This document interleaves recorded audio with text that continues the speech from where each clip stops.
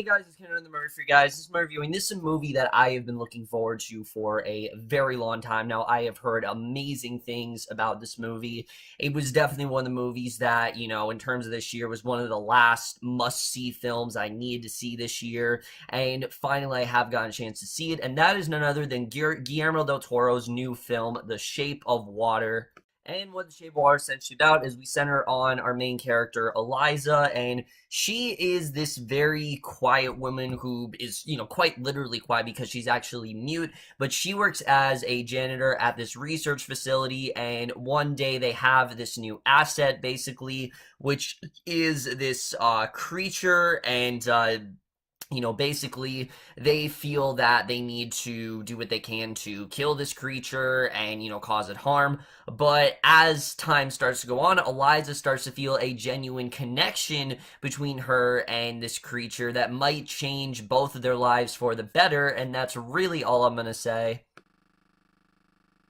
So, The Shape of Water in general, like I said, I was so hyped for this movie. I have heard amazing things about it. So much Oscar buzz. It's gotten so much praise since it's come out. And there were just so many things that I was looking forward to in this film. I've always been a fan of Guillermo del Toro's films. I actually really love Crimson Peak. I know a lot of people weren't a fan of that, but I definitely really enjoyed that movie. I have not seen some of his, for lack of a better term, weirder stuff. I know he's done a lot of really crazy stuff, and I haven't really gotten a chance to see it. Not because I don't want to, just like I said, I haven't really gotten a chance to watch it, unfortunately. But in terms of The Shape of Water, like I said, I was so excited for this movie, and did The Shape of Water deliver? Fuck yes, The Shape of Water absolutely delivered, and not only is it one of the best films of the entire year, but it is definitely, in my opinion at least, Del Toro's masterpiece. Now, I haven't seen his other films, but this is easily the best film I have ever seen from him. I love pretty much everything about The Shape of Water, and we're just gonna dive into it now, starting off with the cast. And right off the bat, let me just say the cast is absolutely one of the best things about this film. I saw some of the best performances are in this movie for sure. And let me just say right now, the cast in this movie is absolutely one of the high points. Many of the performances in this film are among the best I have seen of the entire year. But the absolute standout who I think carries this film completely is Sally Hawkins as Eliza, who gives maybe the best performance I've ever seen from her, because this is a very different kind of performance. I mean, obviously, like I said, Eliza is someone who doesn't talk. She doesn't have any dialogue throughout the movie. She just makes a lot of hand gestures, so she has to find a way to emote, without actually speaking, and that's a real challenge for any actor to do. It's definitely no easy feat, but luckily Hawkins very much rises to the occasion, and she just gives a very quiet, understated performance. This is someone who knows very well what she wants, and sure, she might be, vocally quiet, but she, is anything but quiet. I mean, she's not shy. She's not someone who, is just gonna let them stand by. She wants something to be done about this, asset, especially once she starts to fall in love with it. And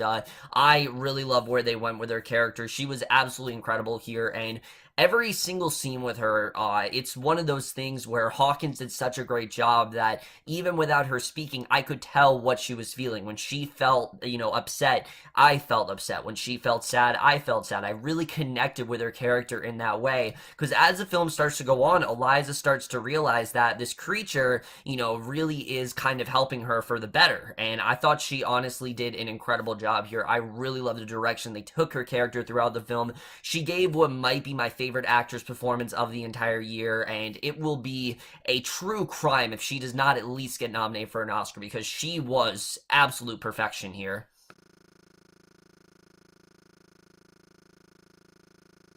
But someone else I really want to talk about, who I don't think is getting nearly enough praise he should, is Michael Shannon as Colonel Richard Strickland. And sure, he's playing this character that is very callous and seems to be, very driven in this one direction where he feels that he needs to take action on this creature.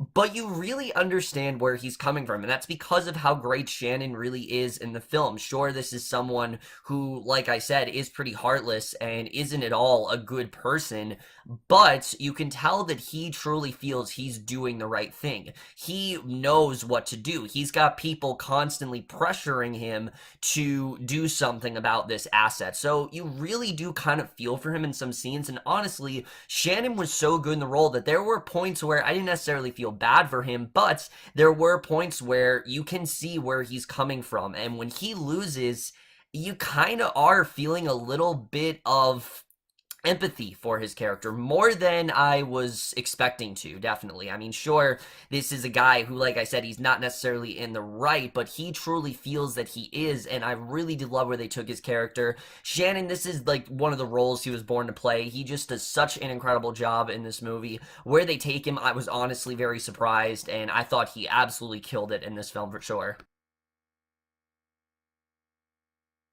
And then Richard Jenkins as well in this film, I thought was fantastic. His character is very interesting because he plays Eliza's sort of next door neighbor, but kind of not. They live in like conjoined apartments, and the character of Giles, I really love. This is someone who he is a closeted artist. Like he makes a lot of art, but no one really knows about it, and he really is the only person that truly understands Eliza and treats her as, you know, a regular person, which is what she wants to be treated. She doesn't want any special treatment. She just wants to be treated as a regular individual. And their relationship I found so endearing. I really love where they took him in the movie. You know, he's very skeptical with whether or not he actually wants to do something about this asset and if he really wants to help her out. But where they end up taking him, I thought was fantastic. I really did love where they took his character. He did such an incredible job here. And again, if he doesn't get nominated for Best Supporting Actor at the Oscars, I'm going to be very surprised. I think he is definitely a shoo-in to at least get nominated. I don't know if he's going to win necessarily, but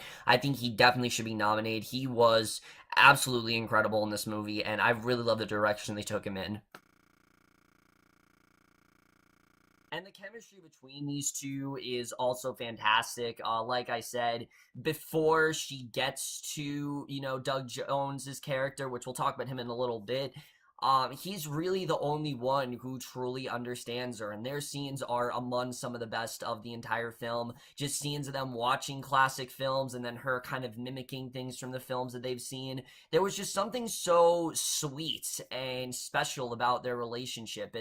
It's really something that I can't fully describe, but I honestly really did love it. It's some of the best scenes I've seen all year, some of the best chemistry I've seen all year, and both of them, like I said, deserve high honors for sure because they both absolutely were phenomenal here.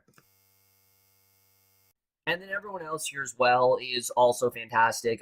Doug Jones in this movie is a revelation because he does play the asset who's simply known as the Amphibian Man, but you wouldn't know that because he's just so good in this motion capture role. You know, Doug Jones does a lot of roles like this, and the motion capture on him was so damn good that I honestly couldn't even tell that it was motion capture. It just looked that real, and Doug Jones did such a great job of again conveying emotion without actually saying a single word. You can tell what he's thinking. You can tell where he's coming from. You can tell when he's starting to develop these feelings for Eliza. And it sounds dumb. It really does. But it's so well handled the way, and Jones and Hawkins had just such natural chemistry. I love where they took their relationship in the film. It's so well handled, and it's definitely some of the best motion capture work I've seen. I put it on par with, like, say, Andy Serkis as Caesar. That's how good this motion capture really was. He was just absolutely incredible in here, and I really love what he did. And then Octavia Spencer as well plays Zelda, who is her coworker and her very talkative friend. And the juxtaposition between Zelda and Eliza, I really like, because like I said, Eliza's someone who's vocal, but she can't speak. Zelda's the complete opposite. She talks like 90 miles a minute. She's constantly talking about things going on in her personal life, but I loved where her character goes because she's someone who is very much protective of Eliza, but where she ends up going, her arc, I thought was honestly very well handled. I love where they took her in the film, and I thought she as well was fantastic here. Really, everyone I thought gave an amazing performance. Even some of the quieter performances, like say Michael Shannon's wife, I thought was great. There wasn't a single performance here I thought that was understated. Michael Stuhlbarg as well is great here. Really, everyone I think really had some time to shine, and that's something I definitely was very happy with this film. So now let's get to the directing and the writing because as much as this movie is carried by the actors, this movie would not be nearly as good as it is without the amazing work from Guillermo del Toro, who prior to the, not prior to the film, but prior to me seeing the film, Del Toro talked about how this is his most personal film to date. It's the film that he thinks is clearly his best work, and the film that was also the most personal for him. And you can definitely tell. I mean, there's just so much passion poured into this film, and it perfectly translates into the film. That passion that Del Toro had in his heart and soul, you can really tell in this movie. There's a lot of heart here. Even though this is a very dark story, there's a lot of heart in this film, more than I'd say Del Toro's other films. Del Toro's films are known to be significantly dark, and while this movie is very dark, there's something very endearing about it, and that's something I really loved about this film overall. The directing here is just so spot on. The tone works perfectly. There are even moments where there are genuine amounts of humor, and that's something I definitely was very surprised by. But the emotional moments, especially, really do hit hard. I'm not gonna lie, there were actually some moments in the movie that genuinely got me to cry. I wasn't expecting them to go there, but it really does get very heavy. And I think that the directing was just so spot on. It never felt heavy-handed. It never felt preachy, and that's something I absolutely loved when it comes to the directing. But the writing is really something that impresses me here because from a glance, just looking at the plot, you can tell, yes, we've dealt with something like this before. I mean, essentially, this is a more mature version of Beauty and the Beast, and you can even make parallels to, say, E.T. because of where the movie does end up going and some of the comedy and things like that, or other movies you've seen, because the fact that the government's involved, that's very much like E.T. or other various films like that. But what this film does so well is it does a really good job of putting a spin on that. It really does take it in a new direction and channels new ground that we haven't really seen before, especially when it comes to Eliza. Sure, we've seen movies where, beautiful girl falls in love with a monster and it just seems weird and you start to really care about them. They start to form a genuine bond. But it's different in this movie because, again, Eliza is mute and she's not able to communicate in the way that those other characters did. So by adding this, it adds this whole other layer to the film that I honestly really did love, especially in this scene between her and Jenkins where, he's very hesitant to actually help her out with this creature and, to do something. Again, I don't want to get into what actually ends up happening because I want you guys to go in this movie very blind. I didn't know a lot of directions this movie was going to go in, but when she's trying to get him to help her out, she talks about how, she very much feels like she's just as much of a monster because while the asset can't really communicate how he feels, Eliza really can't either. And a lot of times, because of that, she is very much unnoticed. A lot of people don't really pay a lot of attention to her. They treat her like she needs a special treatment. And that's something I really did enjoy about this film. This film is not just a love story. What the film is really about is finding a way to be comfortable in your own skin and finally having someone treat you, simply for you and not do it at the expense of others, not just do it because, oh, I'm doing a good thing because the fact that she's mute, I'm helping out the mute woman, isn't it just such a great thing what I'm doing? She wants someone to genuinely care about her and, that's who Jenkins is and that's who Doug Jones's character ends up being. And I really did love the way that narrative was played out here. It was so well constructed and I thought they handled that perfectly. And the romance aspect as well is very well done. It's not as slow paced as I expect it to be, but you understand why these two care about each other. You can understand why these two would fall in love. It doesn't feel forced. It doesn't feel like something we've seen before, and the scenes between them are just so well handled. It's so, like I said, heartwarming to watch, honestly. Seeing this woman interact with this monster through things simple as music and poetry, it was honestly beautiful, and I really loved where they ended up taking the film, especially when you can realize how these two formed this special bond.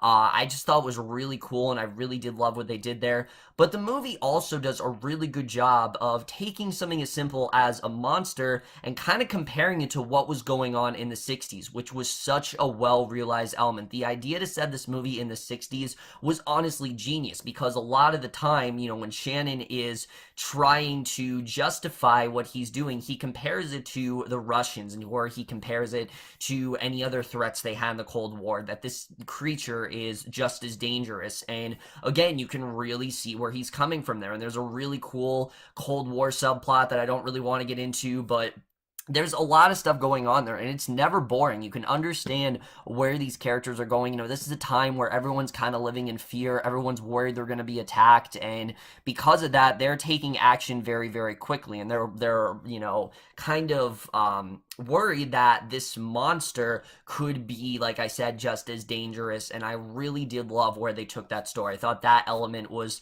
also very interesting, and all the characters, where they end up taking them, I really did love. I thought it was also very strong there. Just everything about the writing I really did love. Like I said, nothing came across as cheesy. It was just very compelling stuff overall, and the movie really is very much a character-driven story. It gets more into the character of Eliza. It shows you who she really is. There are scenes that are shot from her perspective, and there's one scene especially where you can tell, she has this genuine admiration for the creature, and they go through a lot together. I mean, a lot of things that Eliza probably never thought that she could be able to do, because the fact that she's not very well respected. This creature really does open her eyes to these new opportunities, and the way this makes her more confident and more headstrong. I just really loved seeing that narrative, and I thought it was very well handled in that regard. But the cinematography here is easily some of the best I've seen all year. I don't know if it is the best. I think Blade Runner still kind of he rings superior for that, but this is definitely some of the best I've seen all year. It's just so brilliantly well realized, especially scenes, like I said, involving the asset. It just looks so practical. Nothing about this looks like an effect. Nothing about this looks like a movie. That's something I was worried about. I was worried that we would have Sally Hawkins interacting with what's simply a special effect, and that's not what this is. It just feels so practical. It feels so genuine, and it feels like, even though there isn't an asset out there, that this could really happen. And I really did love the way that was handled here. Because like I said, we are essentially dealing with a modern, with a more sort of mature type fairy tale. That's very much what this is, but it's grounded in so much realism, and I really love the way they played that out. I thought that was very well handled, and any scene involving the monster, it's just absolute perfection in terms of camera work. I was so impressed with the way that was done. The score here as well is, I think, also very brilliantly well realized. Music plays a huge part in this movie, and again, I don't want to spoil what that's really about. Why does music play such a big role? I don't really want to get into, but it plays a huge role in this movie without getting into anything. And I was very impressed with the way that was done. I really thought it was interesting what they did there. I wasn't expecting for it to be such a prominent role, but again, it's actually a huge part of the movie, and I really did love that, especially one scene involving Eliza and her trying to profess her love for the asset. The way the scene was constructed was not only heartbreaking, but it was also very beautiful, and it made me feel for her, but also really feel, bad. It made me feel for her, but it also made me feel really, like she was professing her love, and it felt very natural, and just everything about that, I thought, again, it just really played into the whole endearing side of the film. I think the film was really trying to get into. The score in general, though, is phenomenal. I mean, there's something so mysterious about it, but it also has, like I said, that fairy tale type feel. And, I haven't seen Pan's Labyrinth, but I heard that's very similar to this in the fairy tale type way that it is. And, just something about the score I just really love. It's easily one of my favorites of the entire year. Just the theme in general that plays throughout the movie, it's got to be in at least my top 3 themes. I mean, if it's not nominated for best score, I'm going to be very surprised. I mean, I absolutely love the Ladybird score, but this is like tied with the Ladybird score for me. It's probably one of my favorite compositions of anything I've heard all year. It's something I've been listening to constantly. I absolutely love the score. It just perfectly fit the film tonal wise, but also the music in general, it fit it tonal wise, but also felt it, in the mood. Just everything about it was so on point, and the score really contributed to how much of an emotional impact the film had, but also how well presented the film really is. The editing as well. This movie flew by for me. It's 2 hours long. It honestly felt like it was like 90 minutes. I was into this the entire time. There wasn't a single scene that I think was boring. There wasn't a single time in this movie where I was like bored, where I was checking my watch or anything like that. I was into the entire film. Just everything about it, I absolutely loved. Also, this film may very well contain what I think might be my favorite ending of the entire year. Again, I don't really want to get into it, but the way it's constructed, it seems cheesy at first. It really does. If you read it, you're like, this is dumb. Why are you taking this direction? But when you really think about what the movie is doing and what it's really showing through this specific scene, there's something really beautiful. It really brings the movie full circle, and like I said, it might be, I think, the most well wrapped up ending I've seen of any movie this year. It was just perfect. I could not think of a better way for the movie to end. And it was one of those movies where I legitimately didn't want to end. Like, the way it ended, I wanted it to keep going. I could have spent like another hour, 2 hours with these characters. I honestly could have. And that's when you know you're watching a fantastic movie. Guys, The Shape of Water is an absolute delight. I loved everything about this movie. It is an incredible film to watch. It's not an easy movie. There are definitely some scenes that are very graphic, and it actually does get quite violent towards the end, more than I was expecting for sure. And sure, it's Guillermo del Toro, but it's definitely, like I said, a much more endearing film that really is. It takes the message of beauty is only skin deep and it puts its own spin on it. It channels this new ground that we haven't really seen before from this kind of story, by adding the whole mute side of it. It never tries to romanticize the story. Like, that's not at all this movie is doing. Sure, it's romantic, but it's not trying to take away from anything. It's not trying to shelter you. It shows you what would happen. It shows you the facts, and it's very honest in that way, and that's something I really did love about the film. The Shape of Water is easily one of the best movies I have seen all year. It's a movie where once I was done with it, I really wanted to see it again, and like I said, that's when you know you are dealing with an incredible movie here.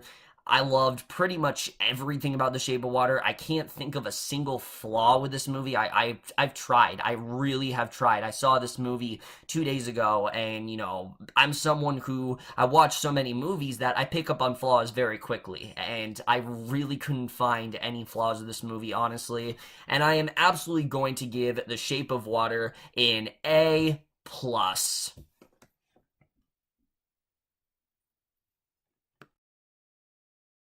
Seriously, guys, I know there are a lot of people who are not a fan of Del Toro's work, but please, if you can, see this movie. It is an absolute must. Sure, there have been stories that are similar to this, but let me just tell you, you have not really nearly seen it portrayed as well as I think this film really does it. It's something completely different, and that's why I really loved it as much as I did. But that's in my review. Hope you guys enjoyed it. Please, like I said, see this movie as soon as you can. It is an absolute must for, I think anyone who is trying to watch the best movies of 2017. It's definitely going to get a lot of Oscar potential. You're definitely going to hear about this one a lot. But that's in my review. Hope you guys enjoy. I'll see you guys in my next video, and we'll see you guys for that. Okay, bye.